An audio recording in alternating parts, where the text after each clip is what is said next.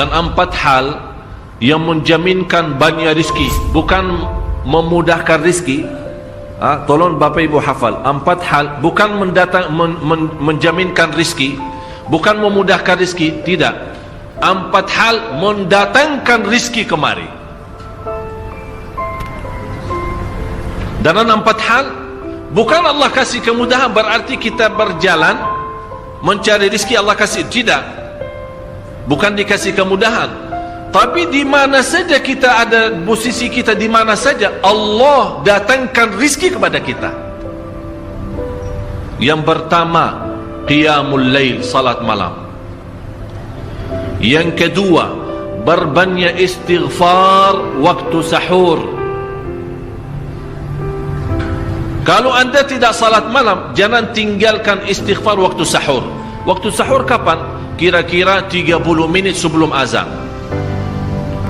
Disitulah Allah sendiri memuji, Allah bangga dan senang terhadap orang yang sahur. Sampai ulama berkata, tidak ada ibadah yang terbaik di waktu sahur selain istighfar.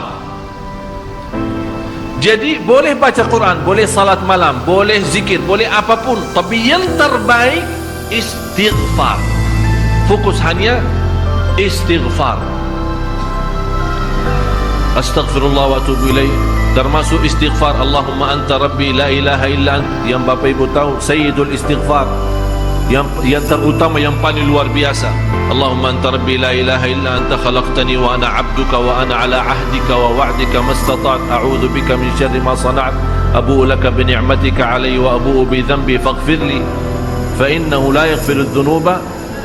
Ya Allah, kalau kita fahami doa ini luar biasa. Oleh karena itu kata Rasulullah, barang siapa yang membaca sayyidul istighfar kemudian di malam hari dengan keyakinan dia meninggal habis baca istighfar, masuk surga. Masuk surga. Berarti ini salah satu doa yang menjaminkan dengan mudah masuk surga.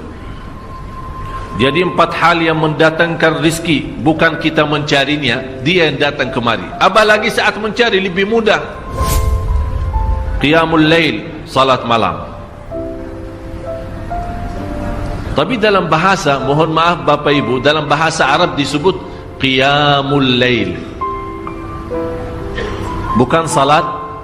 Tapi kalau diterjemahkan dalam bahasa kita salat. Tapi kenapa di situ qiyamul lail diberikan qiyamul lail? Qiyam artinya berdiri, berarti lama. Saking lama berdiri dikaitkan jadi qiyamul lail. Qumil laila ya ayyuhal muzammil. Apa terus? Qumil lail, berdirilah saat malam. Berdirilah, bukan salatlah malam, tidak, berdirilah malam hari. Itu dahsyatnya di situ, berdiri. Qiyamul lail. Yang kedua, berbanyak istighfar. Yang ketiga, berbanyak sedekah. Sebenarnya bukan istilah berbanyak sedekah. Kadang-kadang orang bersedekah 100 juta, udah saya sudah bersedekah 100 juta. Bukan itu. Bukan yang dimaksud berbanyak sedekah itu dari sisi uang itu banyak atau sedikit, bukan. Yang dimaksud rahasia sedekah, ta'ahudus sedekah, istiqamah bersedekah. Istiqamah itu tidak menjadi masalah besar maupun kecil. Itu tidak menjadi masalah, karena bagi Allah tidak ada artinya besar maupun kecil. Kita tidak memberikan kepada Allah karena Allah maha kaya. Tapi rahasia sedekah itu kita terus menerus sedekah, siang pagi malam, siang pagi malam, pagi besok terus, minggu depan, tidak pernah berhenti. Setiap ada kesempatan selalu kita membawa sedekah. Itu namanya ta'ahudus sedekah. Ta'ahud kalau dalam bahasa sebuah janjian, seolah-olah kita ada kontrak kerjasama antara diri dengan apa? Dengan sedekah. Itu kata ta'ahud, ahad, berjanjian. Saya berjanji, seolah-olah ada berjanjian antara kita dalam sedekah. Jadi tidak boleh terlepas dari berjanjian, seolah-olah kita menghormati berjanjian. Bagaimana menghormati? Kita terus kerjasama. Kita beri, Allah ganti berkah sedekah. Kita beri lagi, Allah ganti masih terus. Kita beri, masih Allah terus ganti. Itulah dahsyatnya sedekah. Jadi Bapak Ibu, jangan nunggu hari tertentu, bulan tertentu, malam tertentu kita bersedekah. Jangan. Setiap kita merasa ada berita baik, ada berita maupun ada berita buruk yang menyakiti perasaan kita di rumah tangga kita, anak kita, suami kita, istri kita, apapun, langsung segera sedekah. Disitulah rahasianya.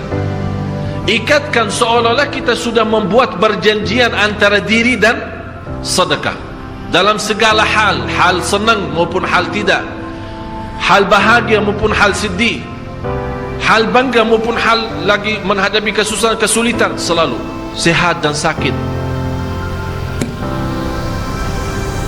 Terus yang keempat, zikir, berzikir pagi hari dan sore hari. Berzikir pagi hari dan sore hari. Ini 4 hal Bapak Ibu. Berdiri malam hari, itu yang namanya tahajud, banjanya atau lamanya berdiri. Berbanyak istighfar waktu sahur. Yang ketiga, berbanyak sedekah. Sudah Bapak Ibu mengerti. Jadi istilah berbanyak sedekah bukan artinya harus banyak dari jumlah hitungannya, tidak. Yang keempat adalah berzikir di pagi hari maupun petang hari. Amman huwa qanitun ana al-laili sajidan wa qa'ima. Sajidan wa qa'ima. Jadi Bapak Ibu, saat kita berdiri lama, walaupun baca satu ayat, diulangi berkali-kali, walaupun baca surah pendek, tapi diulangi berkali-kali, tidak menjadi masalah. Bapak Ibu hanya hafal qulhu. Qulhu dibaca 3 kali, pahalanya seperti baca Al-Quran 30 juz. Ada seorang salih mengajak kawannya, sudah mendekati subuh, ayo bangun salat malam dan baca sepertiga Al-Quran. Langsung orang itu menjawab, bagaimana saya baca, sebentar lagi muazan. Bacalah qul huwallahu ahad, salat malam dan qul huwallahu ahad. Jadi Bapak Ibu, yang saya harap, jangan susah fikir, ya Allah saya mau baca apaan. Tidak usah susah fikir. Baca dan nikmati, yang penting nikmati bacaan. Walaupun qul huwallahu ahad setiap hari. Kalau kita pusing baca, Allah tidak akan pusing mendengar.